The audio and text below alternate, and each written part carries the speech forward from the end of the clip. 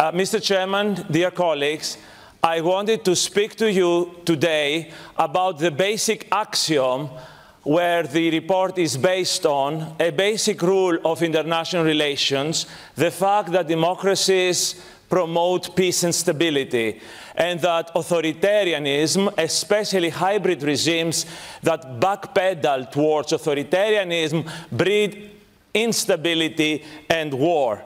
And that what we are seeing today in Ukraine is the result of this process of de-democratization that took place in Russia the last 20 years. But unfortunately, I will not speak further on that issue. I will have to respond to what my esteemed colleagues from Turkey spoke about and say the following. The problem of Turkey is not a Greek-Turkish problem. It's not a problem of Greece alone. It's a Euro-Turkish problem. It's not me who says so.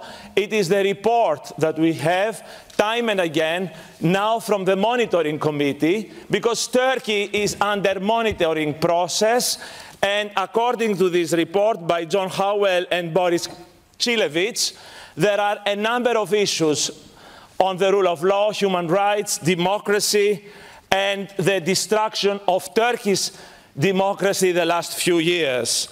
It is not me and it's not the Greeks who speak, it is Europe that says so, including the famous case of Osman Kavala. Now, if Turkey wants to doubt international treaties, international law, and the post-war international order, it should be told that this is what Russia did and that this is imitating the revisionism of Russia. We were told this morning that Turkey wants dialogue. We want dialogue.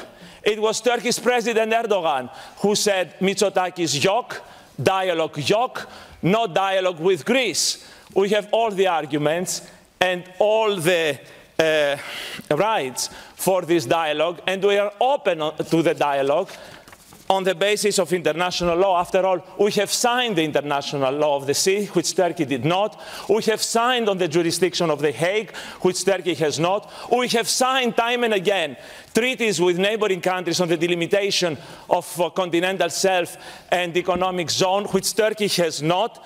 We have a position shared by all countries of the United Nations on the rights of islands, which Turkey does not share. And now suddenly they discover the issue of demilitarization. Really? Since when? For the last 100 years this was not an issue. This is now an issue. And finally, hypocrisy. They condemn Russia. They speak about Russia. And what did they do after 12 hours of talking about Russia? They walk out of this room and they did not vote for the expulsion of Russia from these esteemed institutions. The only NATO country that did not. The only NATO country that did not impose sanctions on Turkey. The only NATO country and European country that makes a profit out of this war. A profit by busting sanctions, by turning Istanbul into international trade for Russian business, a war profiteer out of the tragedy of the Ukrainian people. And then they have the audacity to come in this esteemed body and talk to us about how much they are in support of human rights, international order, and how much they oppose Russia when they play Putin's game in NATO, in Madrid, now in the big summit there against Finland and Sweden. Ladies and gentlemen, we are for peace, we are for stability, we are for the European values and for international law, and we are abide by the report of my esteemed colleague on democratic security and democratic peace. Thank you very much, and excuse me for my English.